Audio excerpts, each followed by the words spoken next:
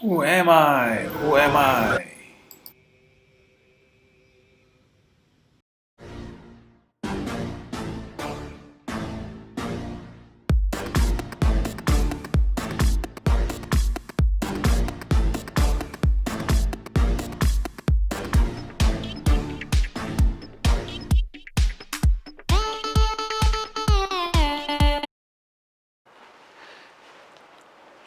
Now, one thing I can never deny is clearly this.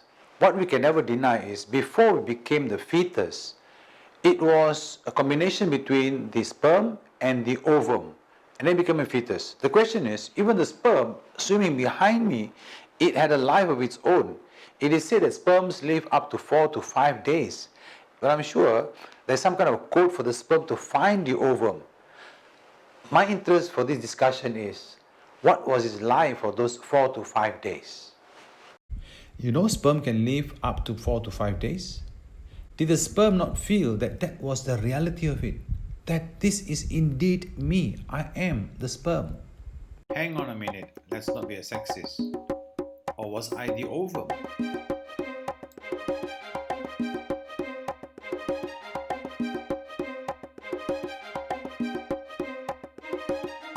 Death or metamorphosis? Those two words bring about completely two different conditions. Death usually seems to imply the end of something, a finality. Metamorphosis seems to show it is a change of form from one form to another form, but the I still remains in a metamorphosis.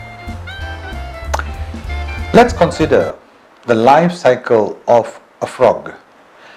Now we know that the frog starts from the eggs, then it becomes an embryo, and then it becomes a tadpole, and then it becomes a tadpole with 2 legs, and finally becomes a tadpole with 4 legs, and finally becomes a frog. If you look at each stage of the frog's life cycle, each of it looks completely different. Even the tadpole with the 2 legs, the eggs, and the tadpole with the 4 legs. The question is, at which stage of the frog did its life start? Now, we would like to think of it as an evolution. Of course, an evolution. But I want to ask a different question. When do we start celebrating the birthday of the frog?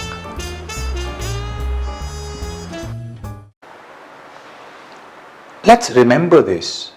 When we were a fetus, the conditions under which the fetus was surviving for 9 months is completely different from the conditions under which we as a normal human being were surviving.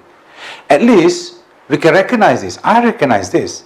That there is one life when we were in the womb as a baby, as a fetus, and there's another life as a human being.